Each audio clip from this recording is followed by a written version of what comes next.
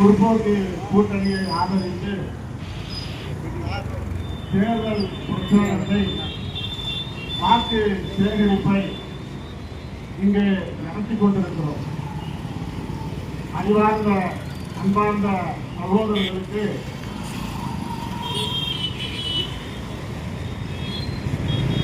அன்பிற்கும் வெறுப்புக்கும் இடையிலான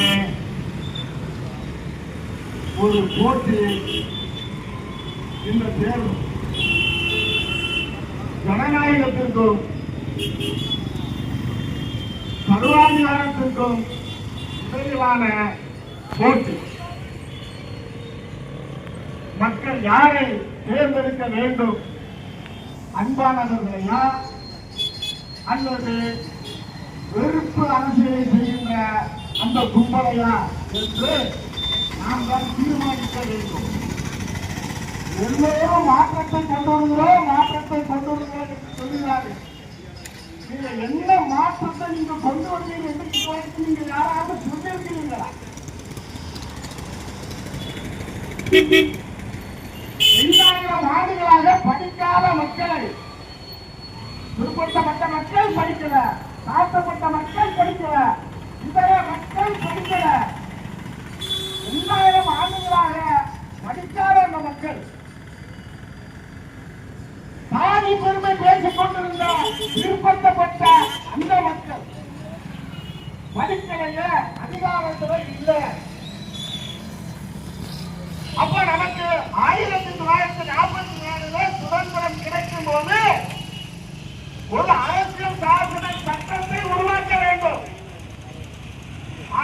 அரசியல் நிர்ணய சபை என்று ஒரு சபையை உருவாக்கி 2 ஆண்டுகளாக ஆய்வு செய்து இந்திய மக்களாகிய நாம்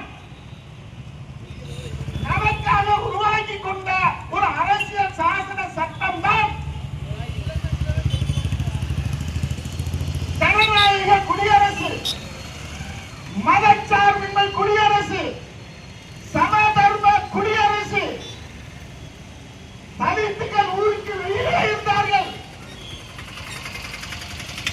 பிற்படுத்தப்பட்ட மக்களுக்கு என்ன உரிமைகள் இருந்தது, பெண்களுக்கு என்ன உரிமைகள் இருந்தது, குழந்தைகள் திருமணம், சபைகள்,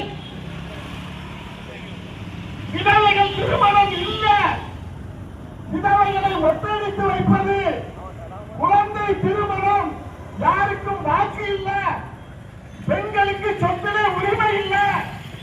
இப்படி பல்வேறுபட்ட உரிமைகள் இல்லாமல் இருந்த நாட்டை அந்த உரிமைகளை அனைத்து தரப்பு மக்களுக்கு கொடுக்க வேண்டும் என்று உருவாக்கப்பட்ட இந்த அரசியல் சாசன சட்டம் 75 ஆண்டுகளாக அதுவாக நடந்து கொண்டிருந்தது.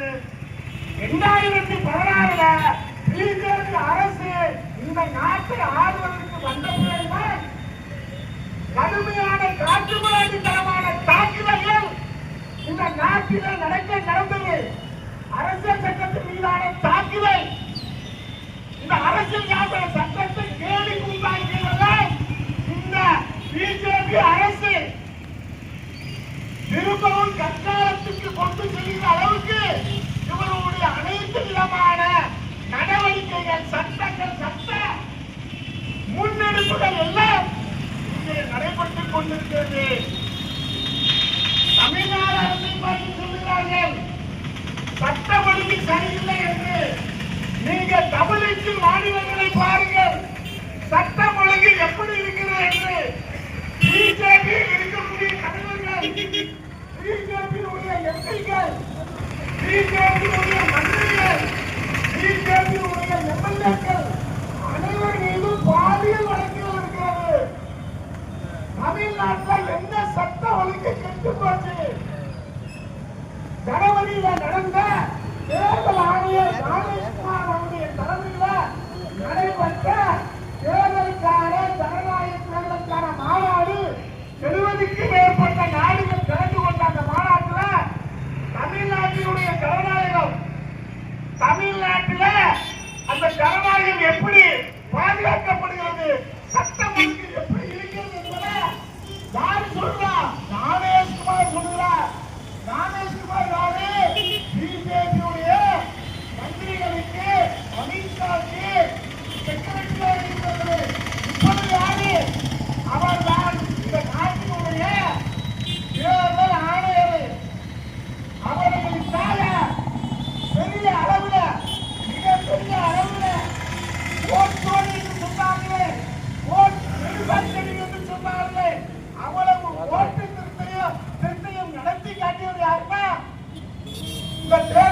ஞானேஷ்குமார் இது அனைத்தையும் ராகுல் காந்தி அவர்கள், காங்கிரஸ் தலைவர் ராகுல் காந்தி அவர்கள் தேர்தல் கமிஷனுடைய தரவுகளை கொண்டு என்ன மாதிரியான திருட்டுகள் தில்லுமுள்ளுகள் இந்த தேர்தலில் நடந்தது என்பதை வெட்ட வெளிச்சமாக காமிச்சாங்க. இப்பொழுதும் நிர்மலா சீதாராமனுடைய தலைவரே பிரபாகரே எப்படியெல்லாம் ஓட்டு திருட்டுகள் நடந்தது என்பதை இப்போது வரைக்கும் பெரிய அளவில் முன்னெடுப்புகள் செய்து கொண்டிருக்கிறார்கள்.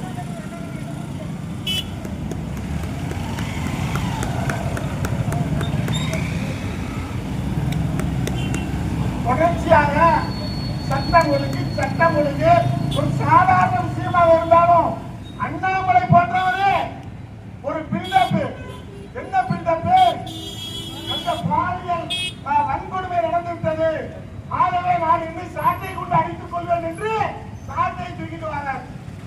சரியப்பா, தமிழ்நாட்டை சாட்டை தூக்கிட்டு வாங்க. ஆனால் இந்த தமிழ்நாடு அரசு முத்துவேல் கருணாநிதி ஸ்டாலின் தலைமையிலான இந்த அரசு சட்ட ரீதியாக நடவடிக்கை எடுத்து 30 நாட்கள்ல சார்ஜ் போட்டு தண்டனை வாங்கி கொடுக்கிற எங்க கமிட்டிக்கு மாநிலத்துல அப்படி வாங்கி கொடுக்க முடியுதா? மணிப்பூர்ல 2 பெண்கள் உங்களெல்லாம் சொன்னது பெண்ணுதானே, உங்க கூட இருப்பது பெண்ணுதானே, நீங்கள் கல்யாணம் கட்டி கொண்டது பெண்ணுதானே, அப்படிப்பட்ட பெண்ணை பிஜேபி ஆளக்கூடிய அந்த மாநிலத்துல பெருவெளியாக நடுவீதியில அம்மயத்தோடு அழித்து இழுத்து கொண்டு போய் கூட்டு பாடியம் செஞ்சாங்க. இதுவரைக்கும் என்ன நியாயம்? உத்தரப்பிரதேசத்துல ஊர்ல பிஜேபி எம்எல்ஏ ஒரு பெண்ணை பாலியல் செய்து அது சட்ட ரீதியாக அணுகும் போது அந்த குடும்பத்தாரை இவ்வளவு அக்கிரமம் செய்யறாங்க. அது அண்ணாமலை அப்ப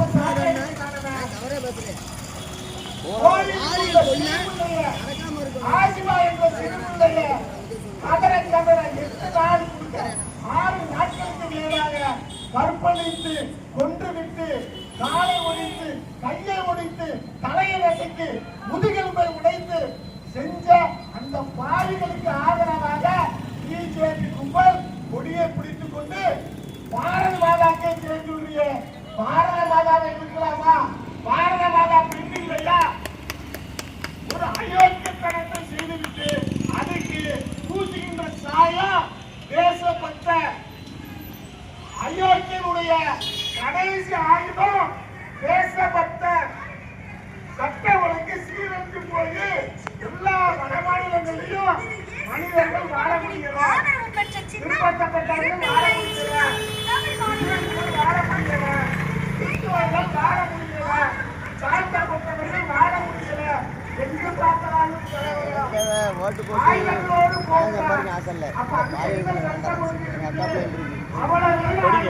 வீடியோ எடுத்துட்டு பேசுவோம். நம்பர்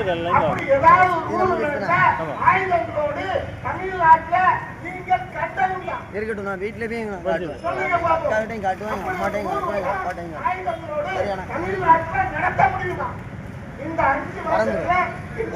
வீட்டுக்கு காட்டுறானா தம்பி? எனக்கு பயமா இருக்கு. கொஞ்சம் மாநிலங்கள்ல வட மாநிலங்கள்ல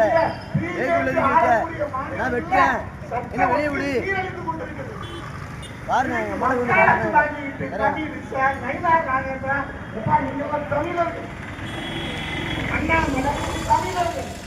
வந்து தமிழ்நாட்டுடைய மானம் போகுது. ஒடிசால ஜெயநாதன் சாமி கோயில்ல கூட்ட சாமியை திருடி கொண்டு போய்விட்டான் என்று கலிடன் போய்விட்டான் என்று சொன்ன போது உடைக்கு குத்தலையா? பீகார்ல தமிழ்நாட்டு மக்கள் பீகாரில் வேலைக்கு வந்தவங்க படுகொலை செய்கிறார்கள் என்று சொல்றான நேற்று வீடியோ விடுகிறான. உங்களுக்கு வெட்கமா இல்லையா?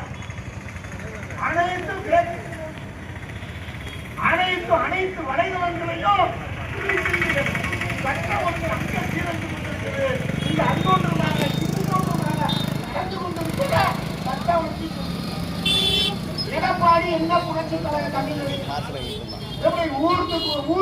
போய் மற்ற என்ன படித்து சாஸ்தாங்கமாக படித்து காலில் விழுந்து வாங்குவது வந்து புரட்சி தமிழர்.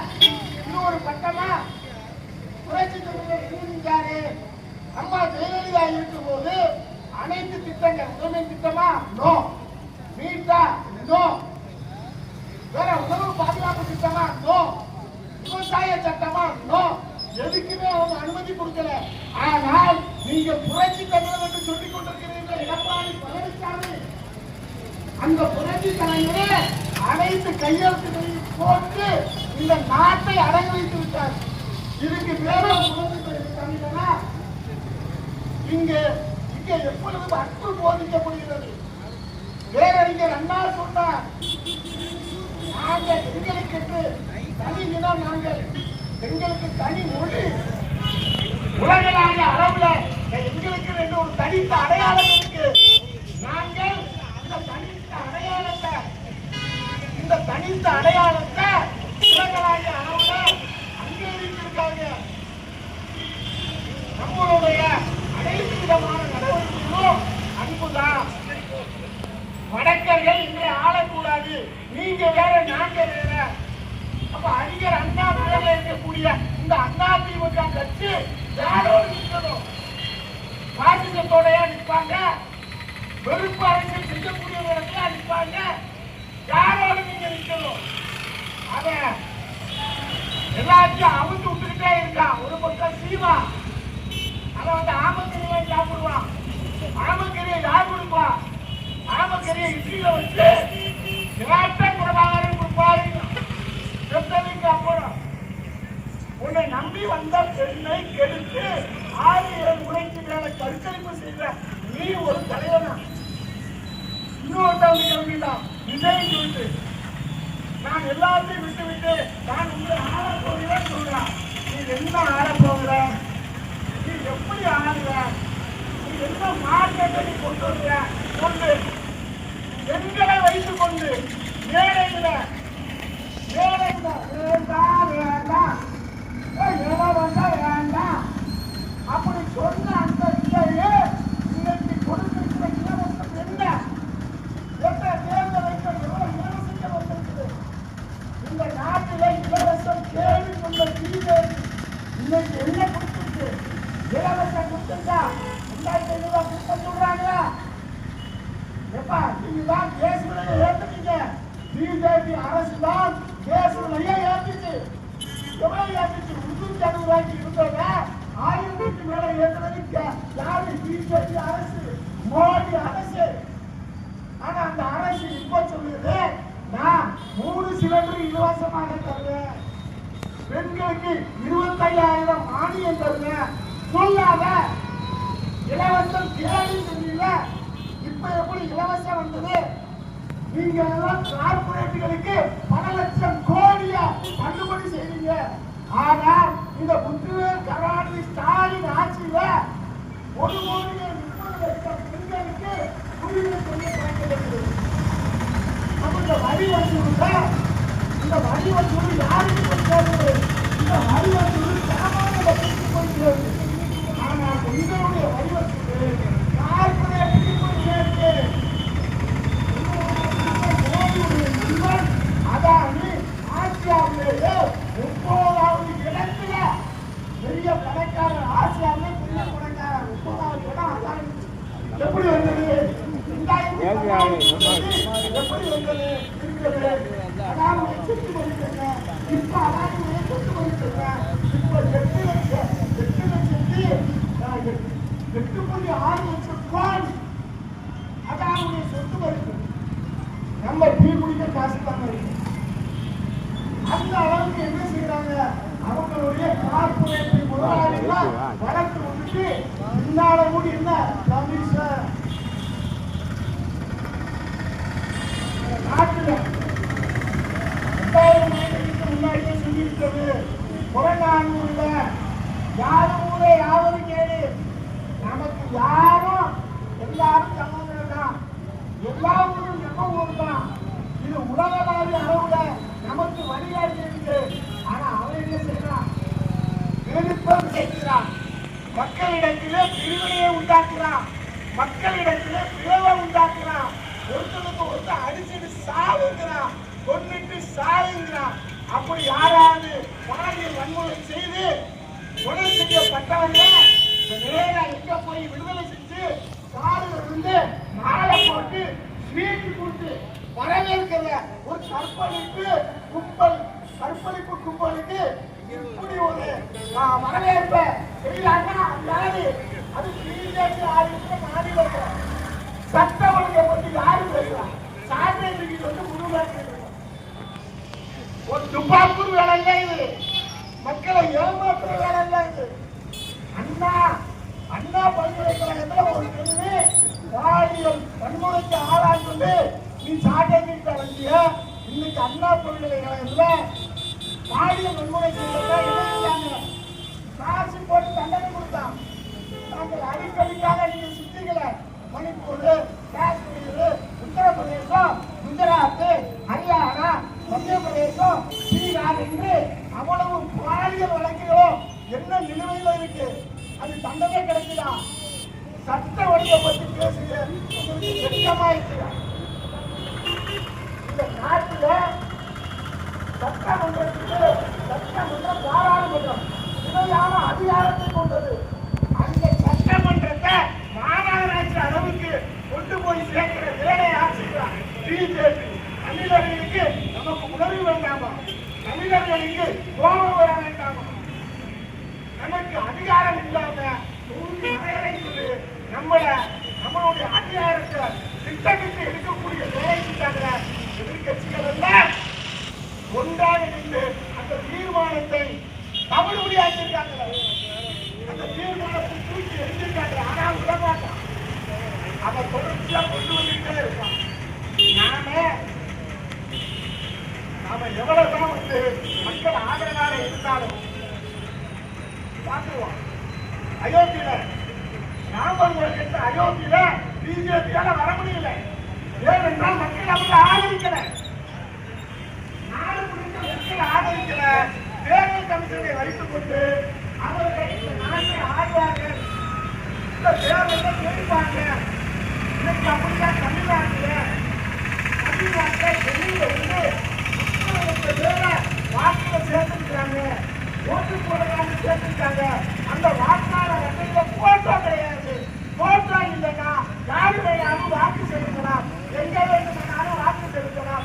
எப்படி அப்படி ஒரு திருத்தத்தை தேர்தல் கமிஷன் செய்கிறது. சட்ட ஒழுங்கில செய்யறோம், நீ மாநிலங்களுக்கு சம உரிமை கொடுப்பதை செய்யறோம், மக்களிடத்திலே அன்பு செலுத்துவதை செய்யறோம். எல்லாமே உனக்கு நெகட்டிவா இருக்கும் போது நீ இந்த நாட்டில எப்படி ஆள முடியும்? ஒண்ணு எப்படி இந்த மக்கள் தேர்ந்தெடுப்பாங்க? அப்பவே நமக்கு சந்தேகம் வரலாறு. இந்த பிஜேபி கும்பலை எப்படி இந்த மக்கள் தேர்ந்தெடுப்பாங்க? எதை எடுத்தாலும் எதிர்த்து. ஆனால் திராவிடமோ மக்களுக்கு அன்புதான். அன்பை தவிர அந்த பற்றிதான் போராட்டம். இந்த பிள்ளையா படி, நீ படி முன்னேறி. அவன் என்ன வந்து கல்லுக்கடை திறக்கணுமா? யாரு ஆமக்கேரி இல்ல சீமான் கல்லுக்கடையை திறப்போம். நீ படிக்காத ஆடு மாடு மேய்த்தவர்கள் ஐஏஎஸ்ஆக ஆக்கப்பட்டிருக்கிறாங்க. ஆடு மாடு மேய்த்தவர்கள் தான் எம்பிபிஎஸ் டாக்டராக ஆக்கப்பட்டிருக்கிறாங்க. திரும்பவும் நீ போவாங்க, நீ எங்க வேற எங்க பேரு ஆடு மாடு மேயி, உனக்கு அரசு வேலை தாரங்க. இது எவ்வளவு பெரிய கேவலமான உள்ள முன்னெடுக்காம நம்ம விரட்டி அடிக்க வேண்டாங்க. அவன் புள்ள நல்லா சிபிஎஸ்சி பள்ளிக்கூடத்துல படிக்குது. யார் புள்ள? சீமான் புள்ள. ஆனா மத்தவங்க புள்ளலாம் எங்க போகணும்? ஆடு மாடை மேய்க்க போகும். இப்ப நான் பனையார போறேன் தேடி பண்ணி கொண்டுதான் பனைய. அதான் யாரு வேணாலும் ஏறுவாங்க.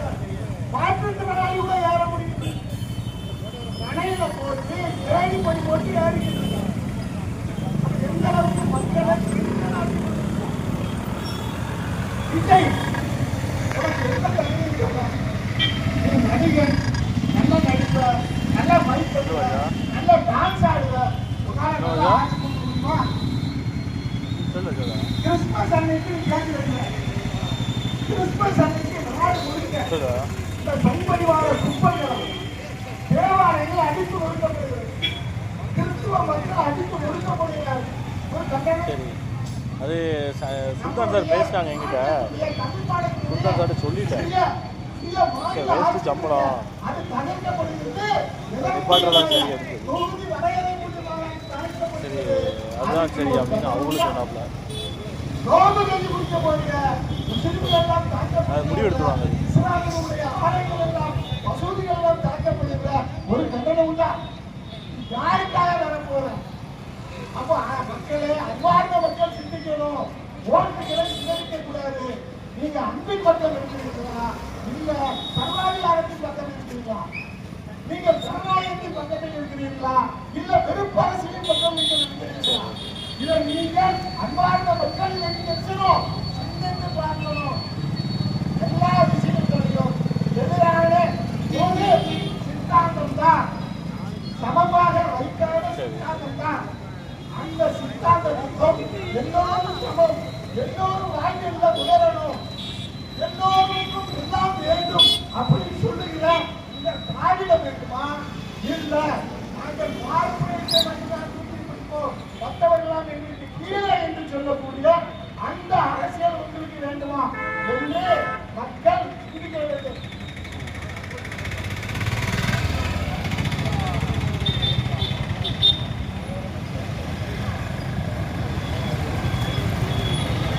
மக்களே, நீங்கள் ஆய்வு செய்ய வேண்டும்.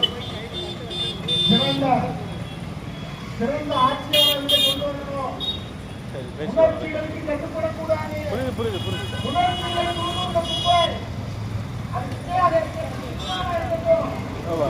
பேசி வச்சப்போ கான்கால் எடுத்துட்டு ரிவ்யூ பண்ற மாதிரி நாம எல்லாரும் ஒத்துக்கிறோம். எந்த மொழியும் அரசு சட்டம் பிடிச்சு பார்க்காது,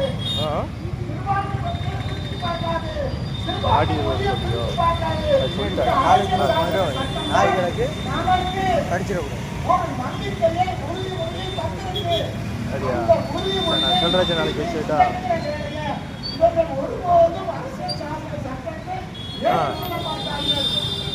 அப்படியா?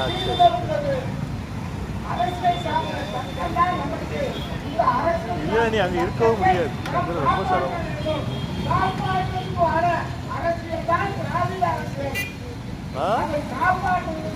ஆமா, பூச்சி வந்துவிட்டா. வண்டிக்கிட்டு வந்துட்டேன்.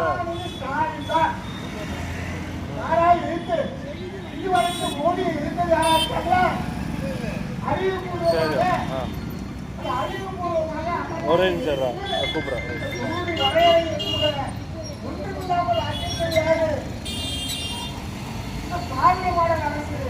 திமுக அரசு, ஆகவே இந்த திமுக அரசு மக்களே நமக்கான அரசு.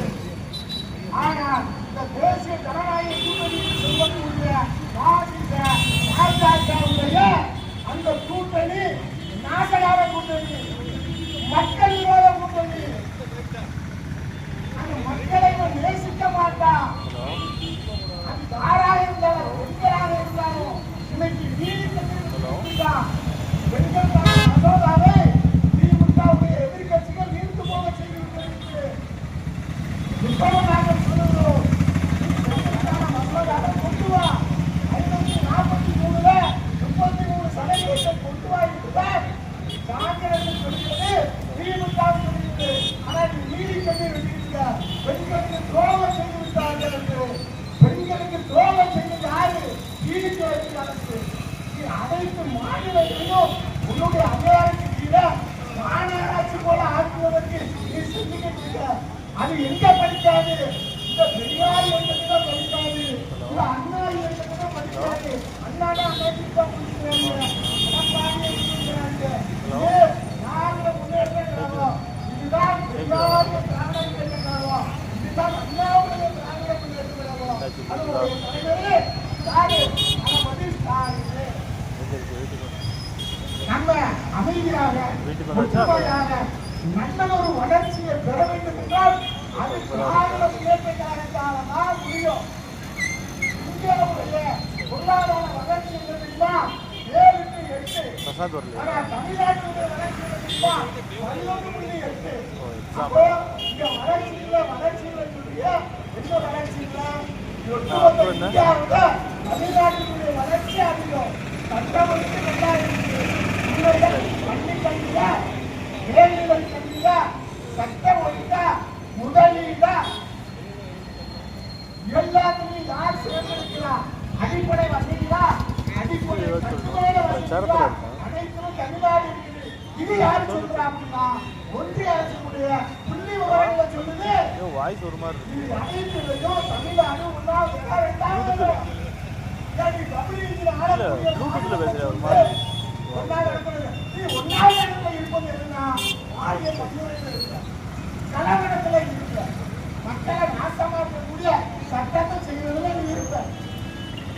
அன்புல ஒன்றா இருக்கியா, வளர்ச்சியில ஒன்றா இருக்கியா, படிப்புல ஒன்றா இருக்கியா, எதிரிலையும் நீ வந்து ஒற்றுமையா இருக்க மாட்டான். ஒற்றுமை சிதைக்கக்கூடிய இந்த அரசியல் சார்ந்த சட்டத்தை சிதைக்கக்கூடிய வேலையை நடந்திருக்கும்ல.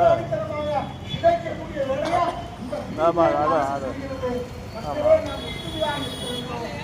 இந்த பிரிவினைவாதிகள் பக்கம் நாங்க திரும்பி கூட பார்க்க கூடாது.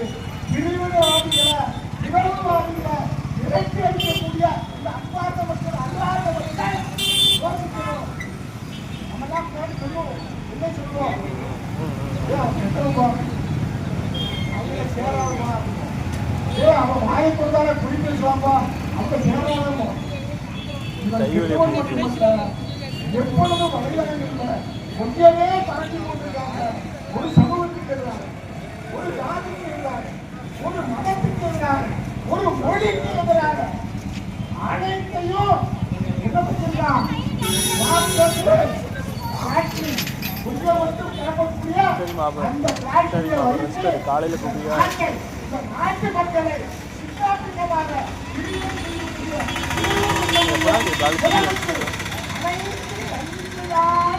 அதிகாரம் கொண்ட நிறுவனங்களை வைத்து எல்லாம் செய்து கொண்டிருக்கிறார். அது ஒரு நீதிமன்றமும்.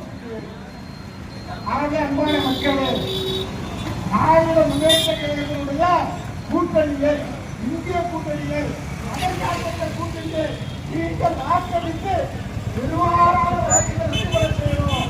எதிர்த்து நிற்கிற புரட்சி தமிழர் என்று சொல்லி ஊருக்கு போய் பதவியிட்டாங்கன்னா அண்ணாதிமுகவே புறக்கணிக்கணும். அனைத்து எதிர்ப்பாளர்கள் செய்து கொண்டிருக்கிறோம். இது வெற்றியை புறக்கணிக்கணும். கொண்டாட்டி மாவட்டம் தூக்கி எடுத்து விட்டு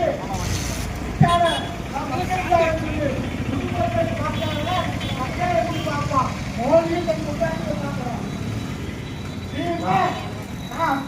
கல்யாணம் செய்தால் இலங்கை பெண்ணை கல்யாணம் செய்வான், விதவை பெண்ணை கல்யாணம் செய்வான். 2009க்கு முன்னாடி அவங்களுடைய சொத்துடைய நிலவரம் இல்லை. இன்னைக்கு அவங்களுடைய சொத்து மதிப்பு இல்லை. அவ்வளவு திருட்டு போயிருக்க மக்களே.